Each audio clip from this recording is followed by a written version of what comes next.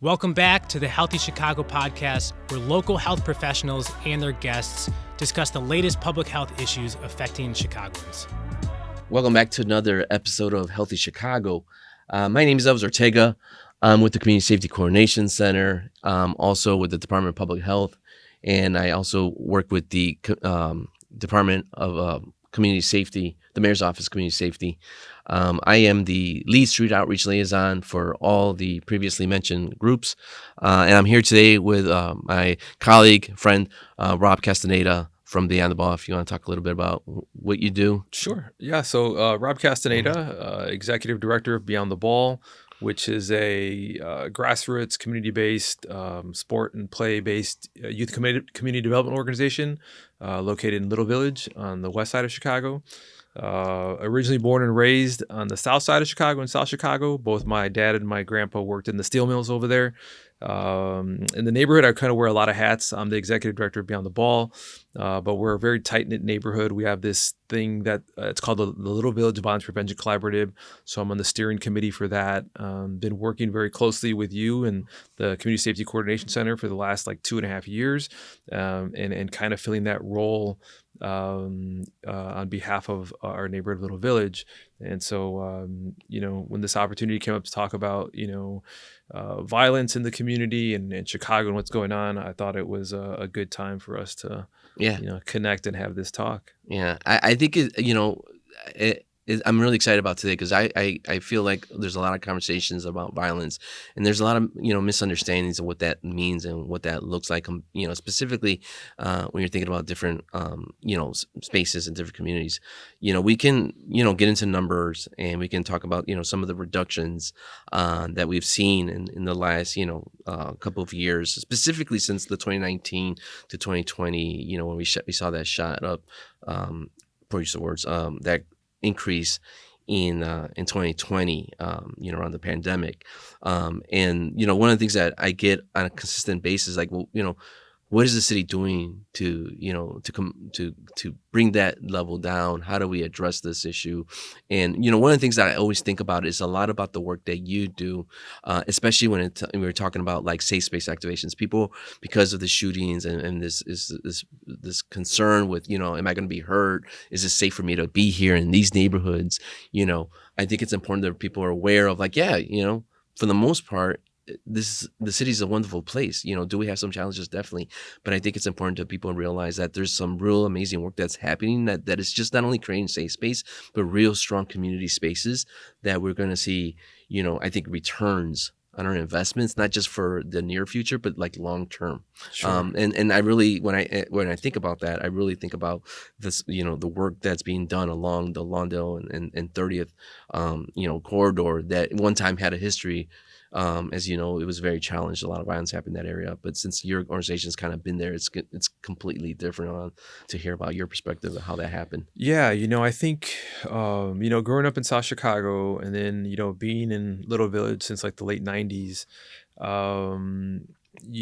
definitely experiencing my share of, public violence.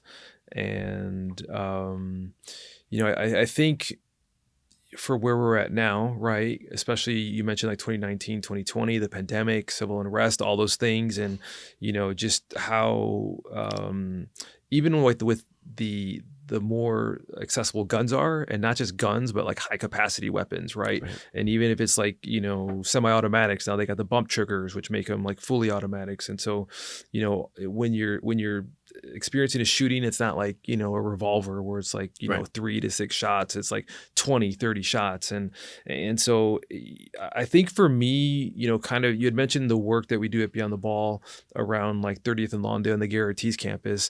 There's only so much that we can do with policing, and especially right now. It's kind of tricky right now, right? Because the police are operating under the consent decree.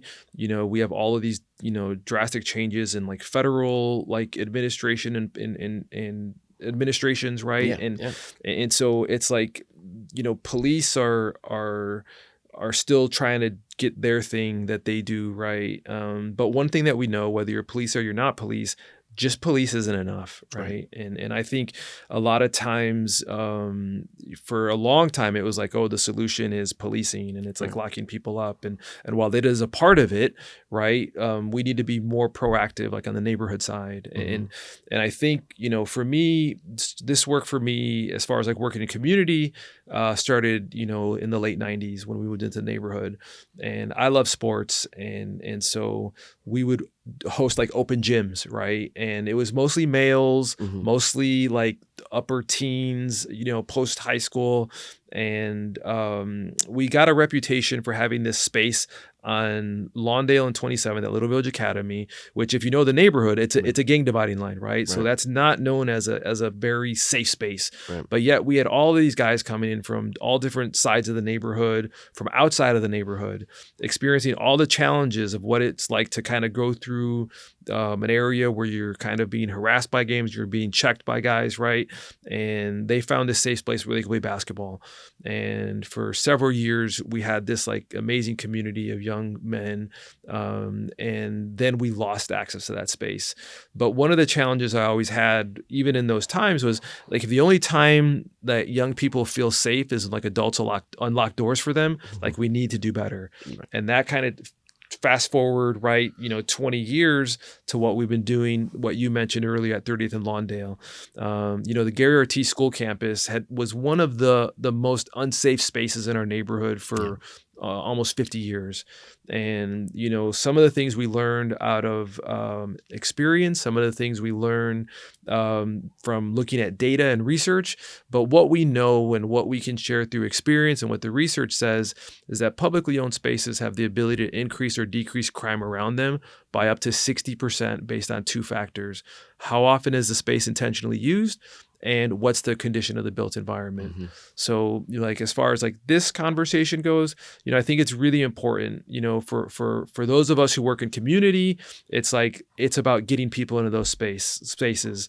In our relationships that we have, like with government, it's like, what's the condition of the built environment of these public spaces? Do they have functioning lighting? What's the condition of plane surfaces, if there are plane surfaces? Are there garbage receptacles? How often is the garbage removed? All those things, right, contribute. Yeah. And it's funny because it's like, to your point, because I can remember the time driving through Gary Ortiz campus and saying nobody out there, right? And it was always kind of a no-go area. And in these last couple summers of working with you and going out to the space, I can't think of a day where I don't drive past the Gary, especially in the evenings in the summer, that there's not about 500 kids just running around in different directions. And it's really cool because there was a time where that, like, parents wouldn't bring their kids there, and now you have, again, a number of kids who are growing up in an area whose parents might have assumed that this is not the place to bring your children to. And whereas now it's like, no, this is the place. If you want to participate in organized sports, if you want to participate in watching community movies, again, the number of activities that we've hosted there, and it's very much a go-to place in the community. It's become kind of a center point for everybody to say, this is cool, we're just going to have fun, and it's going to be a great time. And this is not, we not only have we seen it there, we've seen this same efforts in other parts of the city. As you're very well known, we have this program called Light in the Night. You obviously the author of a lot of the work, and how to do the work, through a lot of organizations in the city. A big part of preventing violence, and like you said, is being preventive and being, making sure that you're making the efforts that create an environment that's safe, is the Light in the Night. And so we have organizations that are going and taking over, not taking over, but occupying spaces throughout the city that might feel at times challenged. But when they come and they set up their hoops or mobile video game vans, and they set up a grill, and it attracts attention. And a lot of times people are like, what is this about? And when you don't put any restrictions, like to your point, like there's no locking key, it's just an open space, please join us, people start participating in that.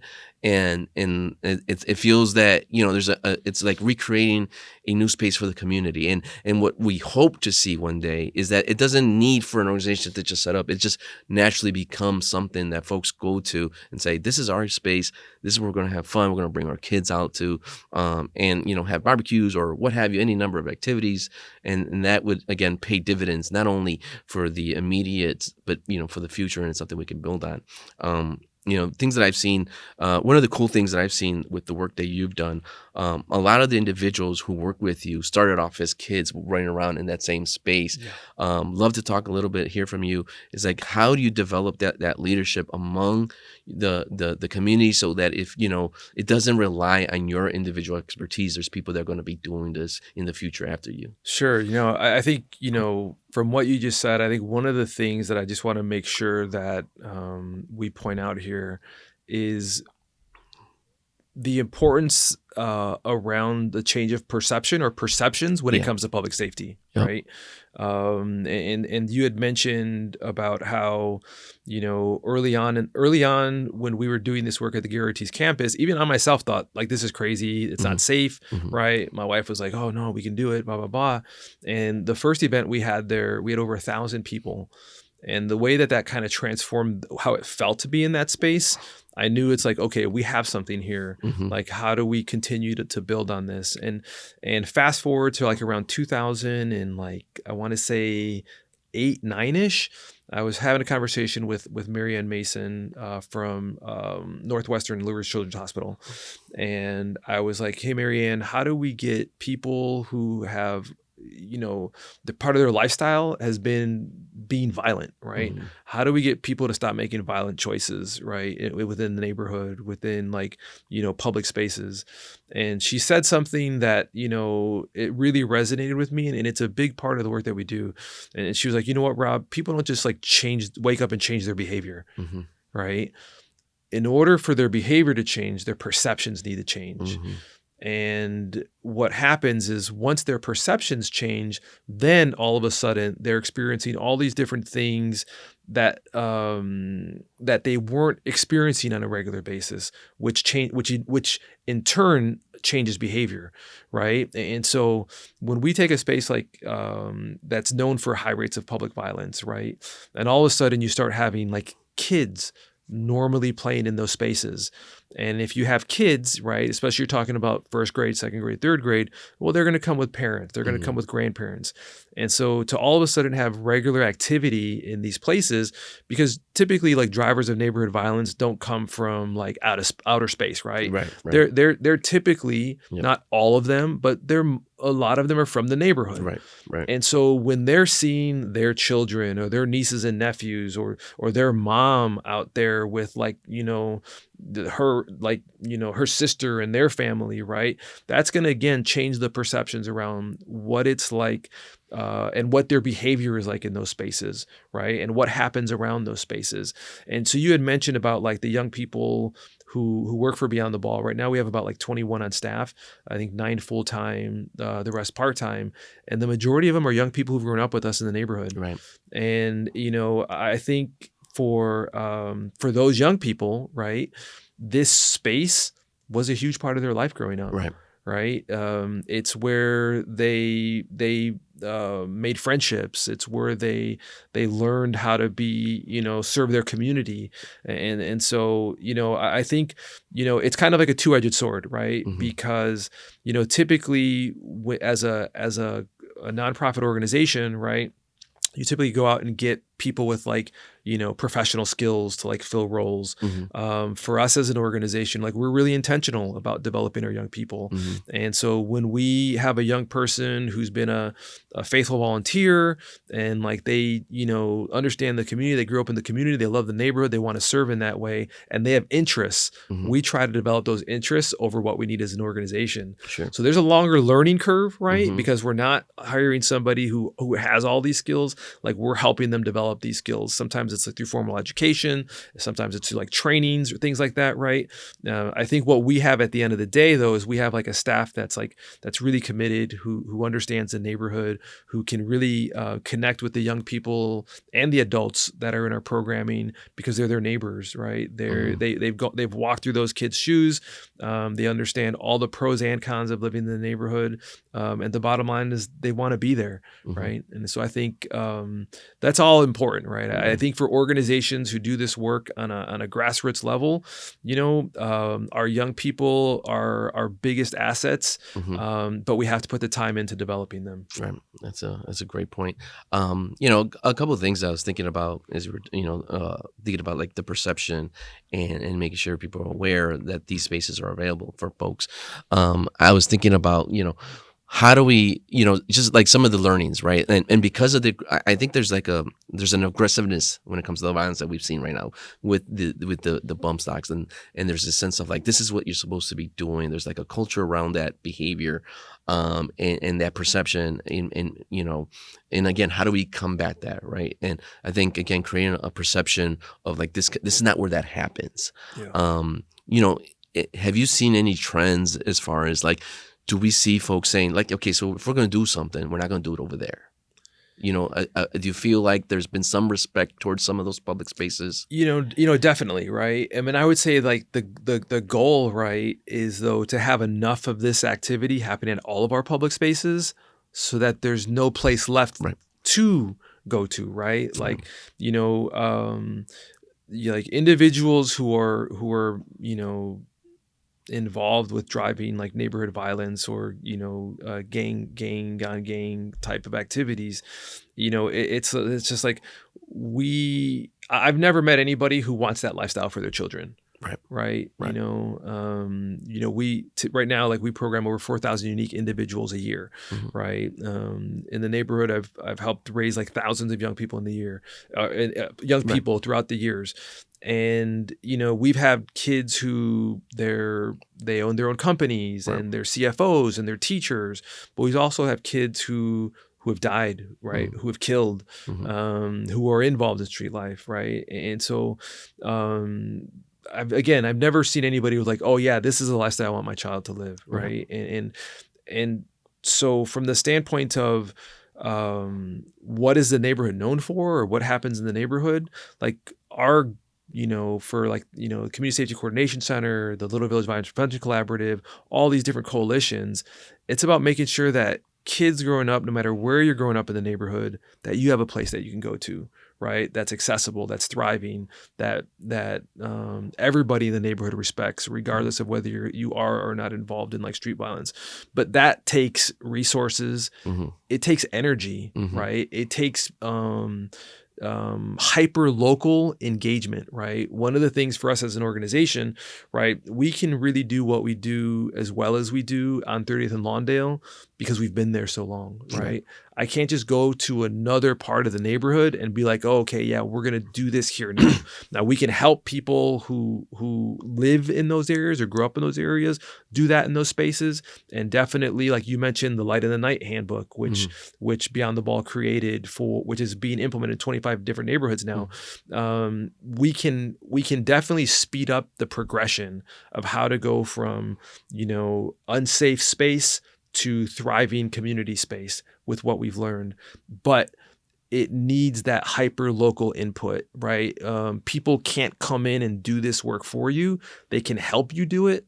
But at the end of the day, every space needs those local champions who are going to do that in that space. Yeah, and that's great. And as I'm thinking about it, a big piece of the philosophy of the work that we did through the Mayor's Office of Community Safety and CCC is identifying those local champions and those local heroes that can help us, create those environments. I'm curious to hear from you, from someone who's has kind of obviously a strong understanding of community needs, but also understanding of like what we need. When you say resources, sure, what does that look like from your perspective? Like how does the CCC or the CTPH or the Mayor's Office of Community Safety, what are those things that you look from us that would enable not only the activities that you're, supporting, but also creating other opportunities that maybe, because, obviously one strategy is not the end all to be all,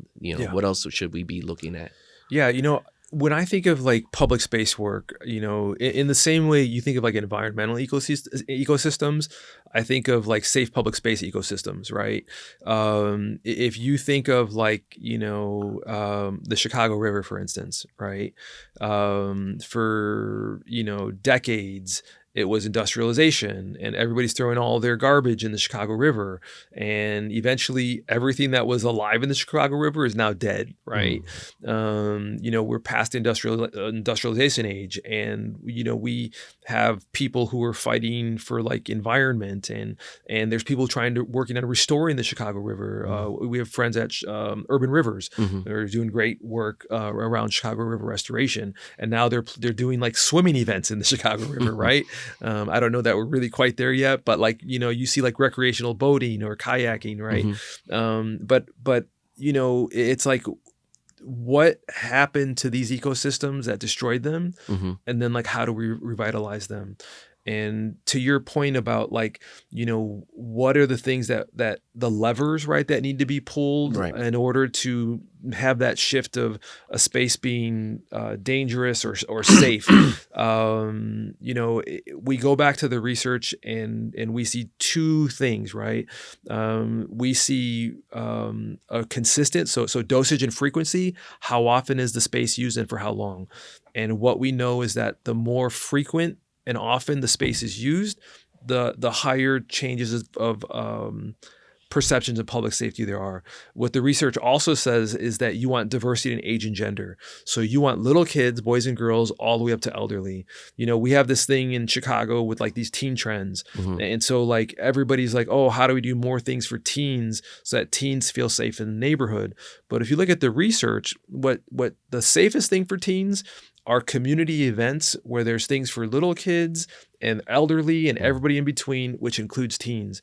Because, I, as somebody who's a youth worker, right, by academically and right by my field, I can tell you having an event with just teens isn't always the safest thing. When there's little kids around, teens will be like, oh no, we can't do that because there's little kids here. Right. And when there's older people there, teens will be like, oh, you know what? They got it. They're under control. Right. And so just paying attention to that ecosystem, right, of diversity in age and gender, making sure that we have resources, because a lot of times like systems will be like, oh, we've got all these teen trends, there's all these like teen issues, and so they'll heavily invest in just teens without recognizing if you're not invested in the ecosystem, if you don't have stuff there to bring out elderly, if you don't have things to bring out like younger children, and you're just going after teens, you're not looking at the ecosystem holistically, right?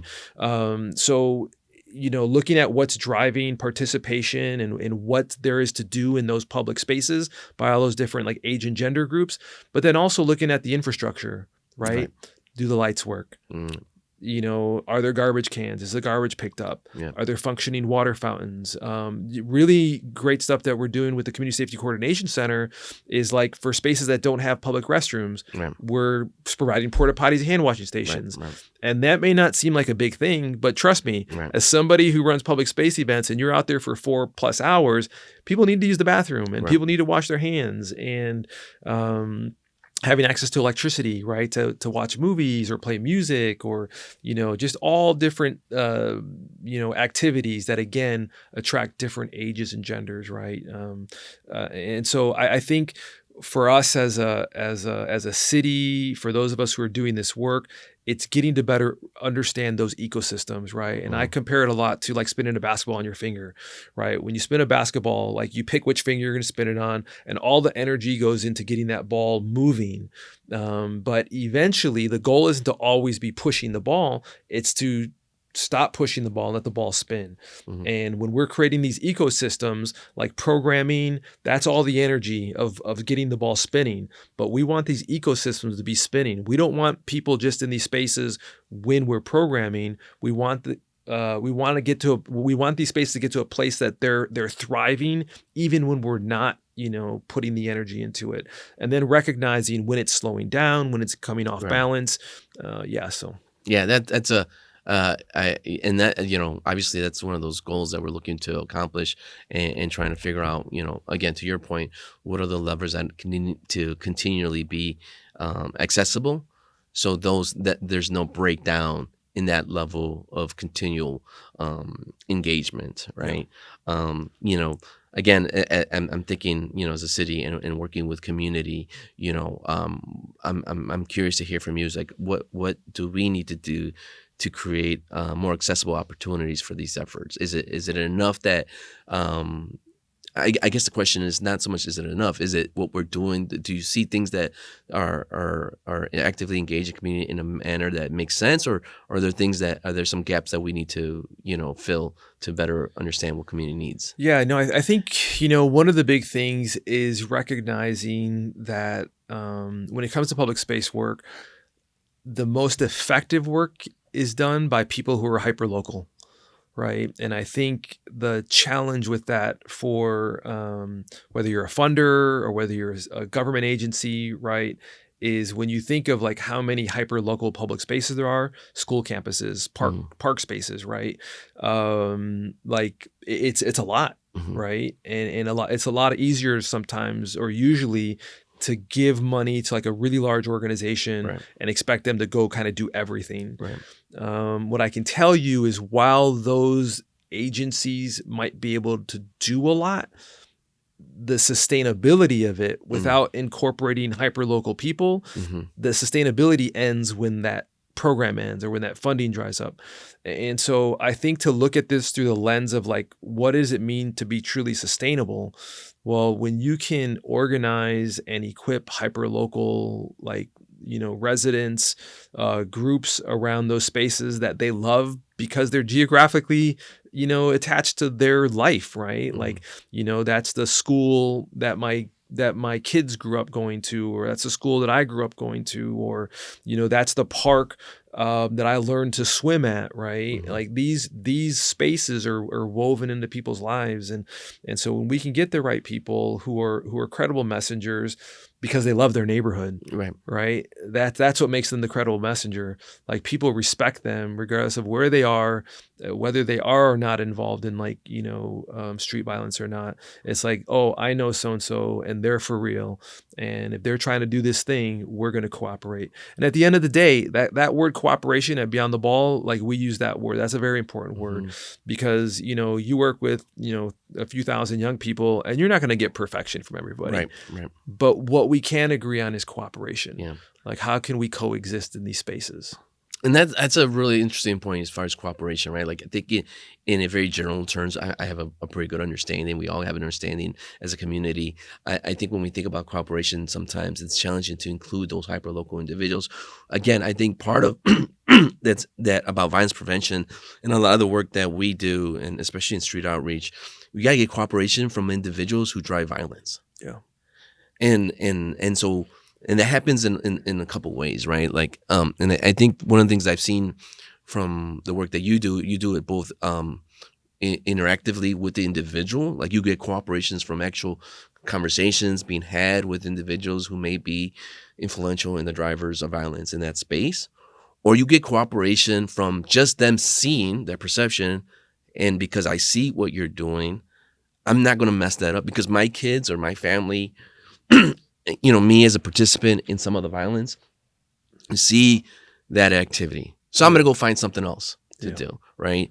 And I'm kind of being up this idea of this cooperation because I think you just kind of set off a number of bells for me, and I think that people need to kind of think about that strategy a little bit more.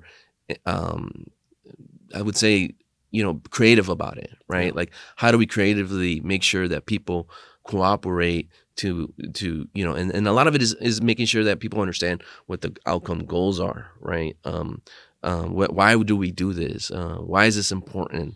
How does this benefit me, right? Because that's a big piece too, right? Because if I'm someone that is in a lifestyle I think everybody has certain goals and certain motivations to accomplish whatever there, even if it's negative, right?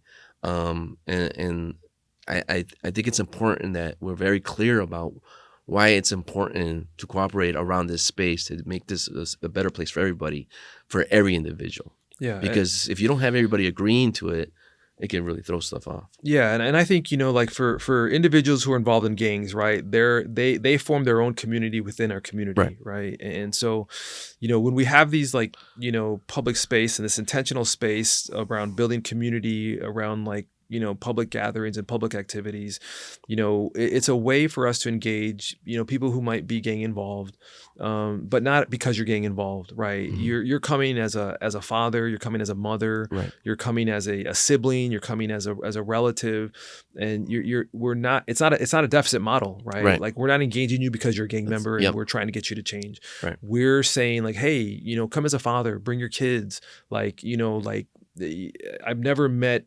anybody, whether they're who's gang involved, who didn't want to be a good parent. Right. There might be circumstances which that in their lives that don't allow them to be a good parent, right? And even in their own words, right? Mm-hmm. But to be able to see I can take my kid and go watch the movie in the park, or take them to play, or just go kind of hang out and even engage with other parents, right? I think those are great things to build into our communities, into our society, to be able to create those pathways for people who might be involved in street violence, to build more cohesion to the community outside of just those street groups. Yeah. Right. I think that goes a long way in their perceptions of what is okay to do in the neighborhood and what kind of environment they want their children to grow up in. Yeah. I think two things I took away from that point specifically, where you said creating, working from a non-deficit model, right?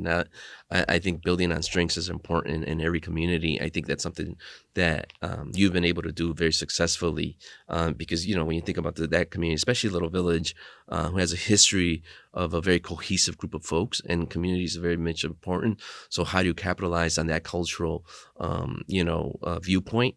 I think you've done an amazing job, especially in that space. One of the things about when you discuss violence, right, it's very much of a deficit point of view, right? This happened because people are missing these things, right?